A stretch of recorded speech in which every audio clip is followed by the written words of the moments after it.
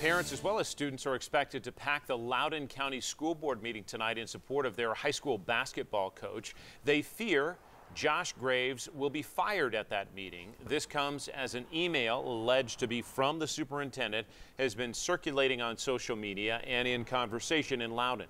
The superintendent's son is on the basketball team. In the email that is being circulated, the superintendent was allegedly upset that his son was told last minute he wouldn't dress for a varsity game. My thoughts were just he can't do anything because it's unlawful to fire somebody if your son's not playing a game.